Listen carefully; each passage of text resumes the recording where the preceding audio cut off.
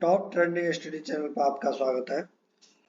दोस्तों, उत्तर प्रदेश सचिवालय में जो RO की 411 वैकेंसी आई हैं, उसमें ओ लेवल किस किस पोस्ट के लिए चाहिए, पैट की आवश्यकता है कि नहीं, एज कितनी होनी चाहिए, एग्जाम कब तक होगा, सिलेबस क्या आएगा, संपूर्ण जानकारी आपको मिलेगी। आप वीडियो को लास्ट तक जरूर देखें। यह चैनल पर आप नए हैं तो चैनल को सब्सक्राइब करें और वीडियो को लाइक करना ना भूलें।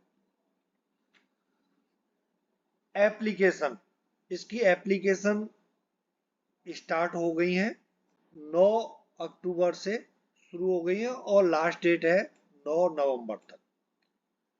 ठीक है।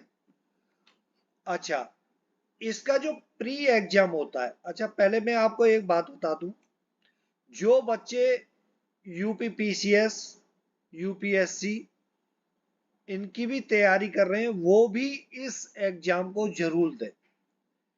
यहाँ इलाहाबाद हाईकोर्ट में एक ARO के पद पर 2019 में बच्चा आया था, उसने सचिवालय RO का एग्जाम दिया था। पहले सचिवालय RO में पहुंचा हाईकोर्ट से, उसके बाद PCS का एग्जाम दिया, तहसीलदार बन गया।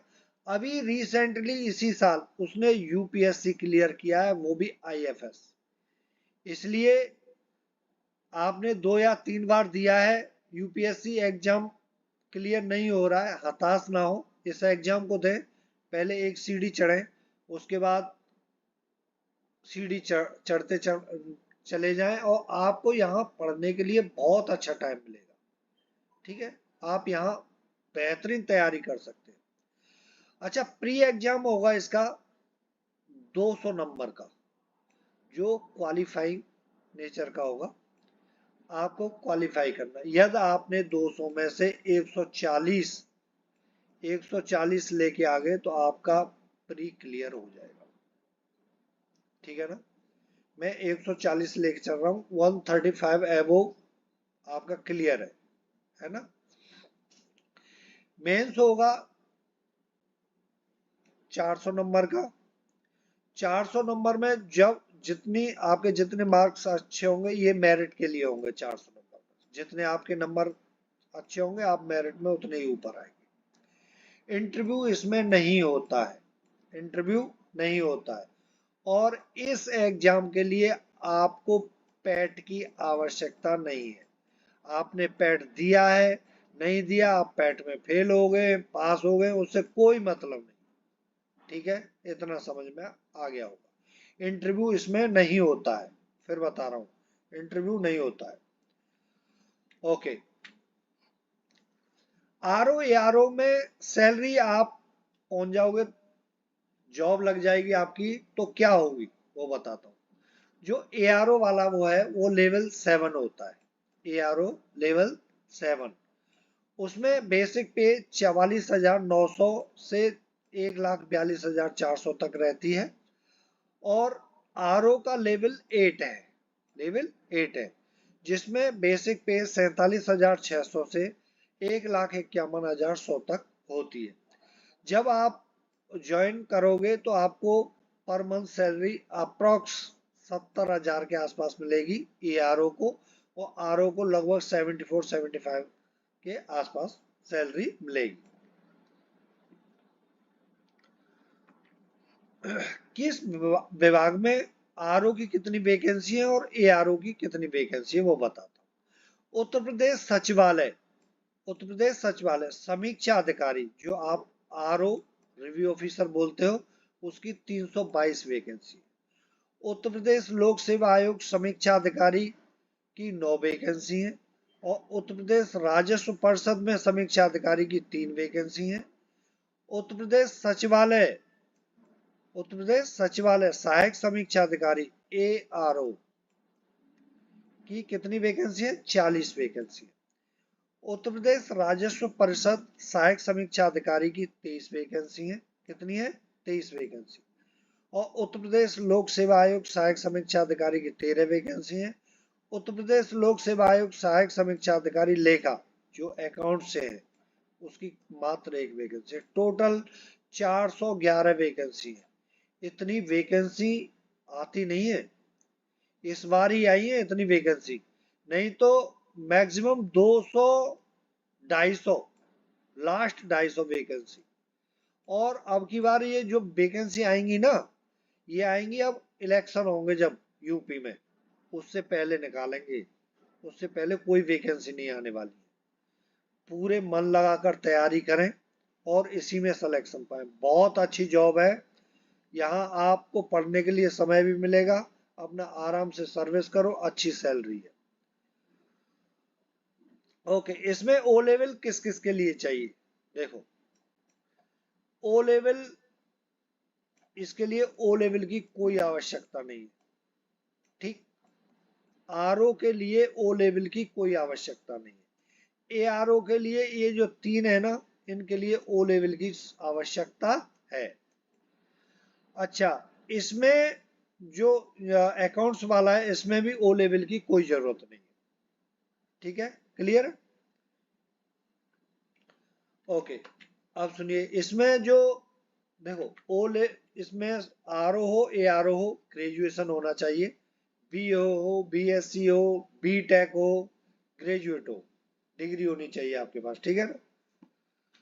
इसमें आपको बताया गया है ए आर ओ के लिए, देखो हिंदी में टाइपिंग होना चाहिए 25 की, हिंदी में टाइपिंग होनी चाहिए पर मिनट, ओ लेवल सर्टिफिकेट होना चाहिए, आप मान्यता प्राप्त विश्वविद्यालय से ग्रेजुएशन स्नातक होने चाहिए, ठीक है ना। अच्छा, इसमें बताऊं मैं आपको, ये जो दे रखा है ना अधिमानी अर्हताएं, इसमें जब जैसे मान लो 4 कैंडिडेट है, 4 कैंडिडेटों के समान अंक है, तो उनमें 4 में से एक को लेना है, तो किसको लेंगे, वहां ये बातें काम आती है। यदि उस बच्चे के पास प्राधिक सेना में न्यूनतम 2 वर्ष की अवधि तक उसने सेवा की है, वो सर्टिफिकेट है, तो उसको वरीयता दी जाएगी। या उसके पास एनसीसी का 20 सर्टिफिकेट है, तो उस बच्चे को वरीयता दी जाएगी, ठीक है ना। इन 4 में से वो बंदे का, उसी बंदे का सिलेक्शन होगा। एज क्या होनी चाहिए? यदि आप जनरल कैटेगरी से हैं, तो आपकी उम्र 21 साल से 40 साल के बीच में है, आप इस फॉर्म को डाल सकते हैं 1 जुलाई सन 2023 तक, ठीक है ना। ओबीसी, एसटी, एससी, एसटी और एक्स सर्विसमैन के लिए 21 से 45 साल उम्र है, ठीक है। और हैंडीकैप्ड के लिए 21 से 55 साल तक उम्र है, ठीक है। ओके, आरओ के लिए जो प्री एग्जाम होता है, उसमें क्या क्या आता है वो बताता हूँ, कैसे कैसे आता है। प्री एग्जाम होगा, वो 2 पार्टों में होगा, ये पार्ट 1 है, ये पार्ट 2 है, ठीक है। पहला पार्ट होगा, वो 2 घंटे का पेपर होगा, 140 क्वेश्चन आएंगे और 140 ही नंबर के होंगे। वो जीएस का पेपर होगा, ऑब्जेक्टिव, ठीक है ना, जो टिक मारते हैं। और इसमें 1/3 की माइनस मार्किंग होगी। यदि आपके 3 क्वेश्चन गलत हो जाते हैं, तो आपका 1 नंबर काट लिया जाएगा, ठीक है ना। 140 क्वेश्चन आएंगे, 140 ही नंबर के होंगे, जीएस का पेपर होगा और ऑब्जेक्टिव टाइप होगा उसका। सेकंड, लगभग मतलब आधे घंटे बाद फिर पेपर स्टार्ट होगा, वो 1 घंटे का होगा, 1 घंटे का 60 क्वेश्चन आएंगे, वो हिंदी का होगा, ऑब्जेक्टिव होगा। 60 क्वेश्चन आएंगे, 60 नंबर के होंगे, 1 घंटे का पेपर होगा और उसमें भी नेगेटिव मार्किंग 1/3 होगी। ये तो बिल्कुल टुच्ची लेवल आता है, सेकंड पार्ट है जो हिंदी का, 60 में से आराम से 50-55 नंबर बच्चे लेके आते हैं, ठीक है। मैं आगे बताऊंगा उसमें क्या क्या आता है। इसका लेवल बहुत अच्छा होता है, ठीक है ना, बहुत अच्छा लेवल होता है, पीसीएस लेवल।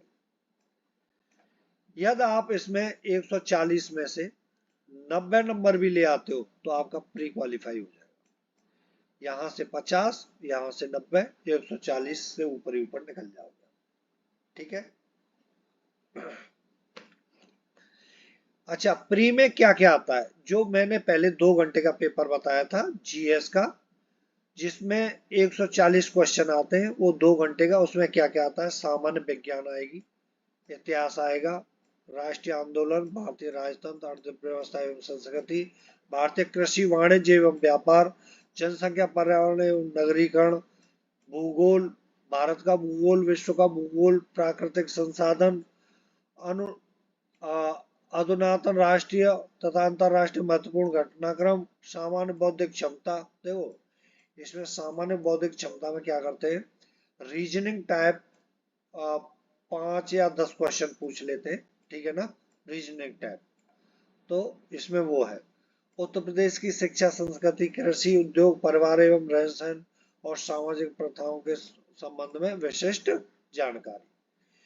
ये यहीं से क्वेश्चन बनेंगे, 140 क्वेश्चन आएंगे, 2 घंटे का पेपर होगा ये।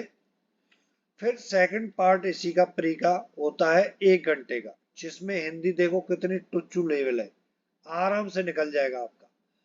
विलोम शब्द आएंगे 10 नंबर के, ऑब्जेक्टिव, ठीक है, 10 नंबर के 10 क्वेश्चन।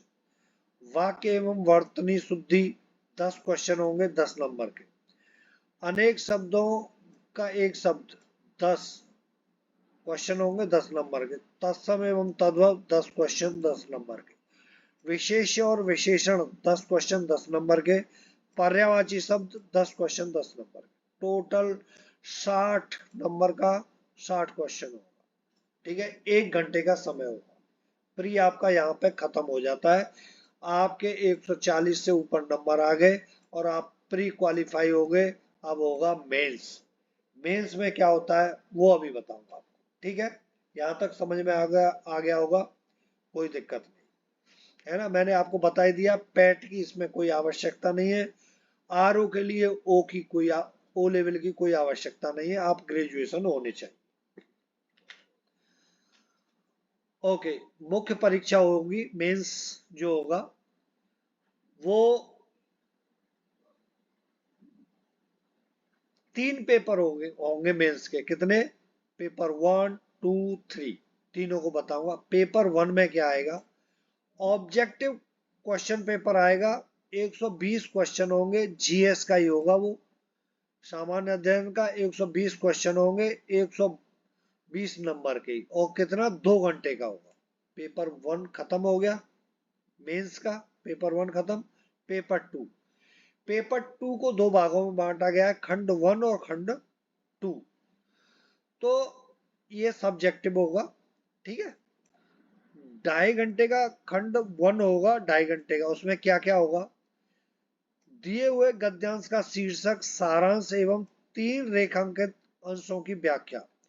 शीर्षक 3 नंबर का, सारांश 6 नंबर का, और जो 3 रेखांकित अंशों की व्याख्या करनी होगी वो 12 नंबर, है ना। टोटल 21 नंबर, टोटल 21 नंबर ये चीजें। अभी खंड 1 ही चल रहा है ना। किसी दिए हुए सरकारी पत्र का सारणी रूप में साल लेखन। अच्छा, मैं यहाँ बता दूं आपको, हाँ ये 100 नंबर ही है ना, 100 नंबर का है, ठीक है ना, खंड 1। तो किसी दिए हुए सरकारी पत्र का सारणी रूप में साल लेखन, ये 15 नंबर का आएगा। और पत्राचार, जो शासकीय अर्धशासकीय पत्र हो सकता है, कार्यालय आदेश, ज्ञान परपत्र, विज्ञप्ति, टिप्पणी एवं प्रतिवेदन, अनुस्मारक, ये 24 नंबर का होगा ये भाग, ठीक है। कितना? 24 का। अच्छा, ये परिभाषित शब्दावली में जिसमें अंग्रेजी से 5 सेंटेंस आएंगे, अंग्रेजी से हिंदी में कन्वर्ट करना होगा आपको, 10 नंबर के होंगे। हिंदी से अंग्रेजी में कन्वर्ट करना होगा, 5 सेंटेंस होंगे 10 नंबर के। मुहावरे और लोकोक्तियां 5 होंगी, वो भी 10 नंबर की होंगी। ये कंप्यूटर ज्ञान से संबंधित 10 नंबर का होगा, ठीक है। नेक्स्ट, अब इसका पेपर 2 का खंड 2, उसमें क्या आएगा? देखो, आधा घंटे का वो, उसके लिए आधा घंटा मिलेगा, 60 नंबर का होगा। विलोम शब्द आएंगे 6 शब्द, 12 अंक के। वाक्य एवं वर्तनी शुद्धि 6 क्वेश्चन आएंगे, 12 मार्क्स के, ठीक है। अनेक शब्दों का एक शब्द 6, 12 ही। तत्सम एवं तद्भव 6 क्वेश्चन आएंगे, 12 मार्क्स मिलेंगे आपको। विशेष्य और विशेषण 6 शब्द आएंगे और 12 मार्क्स आपको मिलेंगे, टोटल 60 नंबर। ठीक है, 2 पेपर हमारे मेंस के खत्म हो गए। अब तीसरा पेपर शुरू होगा। कैसे कैसे देखो, 120 का पहला और ये 100 का दूसरा, कितने हो गए 220, और 60 का ही 220 और 60 280। तीसरा पेपर 120 नंबर का, 400 हो गए पूरे। इसमें क्या होगा, हिंदी निबंध। इसमें देखो शब्द सीमा 600 के आसपास आपको लिखनी है। इसमें से इन तीनों में से एक के ऊपर, ठीक है, राजनीतिक क्षेत्र, सामाजिक क्षेत्र, साहित्य और संस्कृति, इनमें से एक कोई भी होगा, उस पर आपको 600 वर्ड लिखने होंगे 40 अंक के। ठीक है, समय कितना है, 3 घंटे है।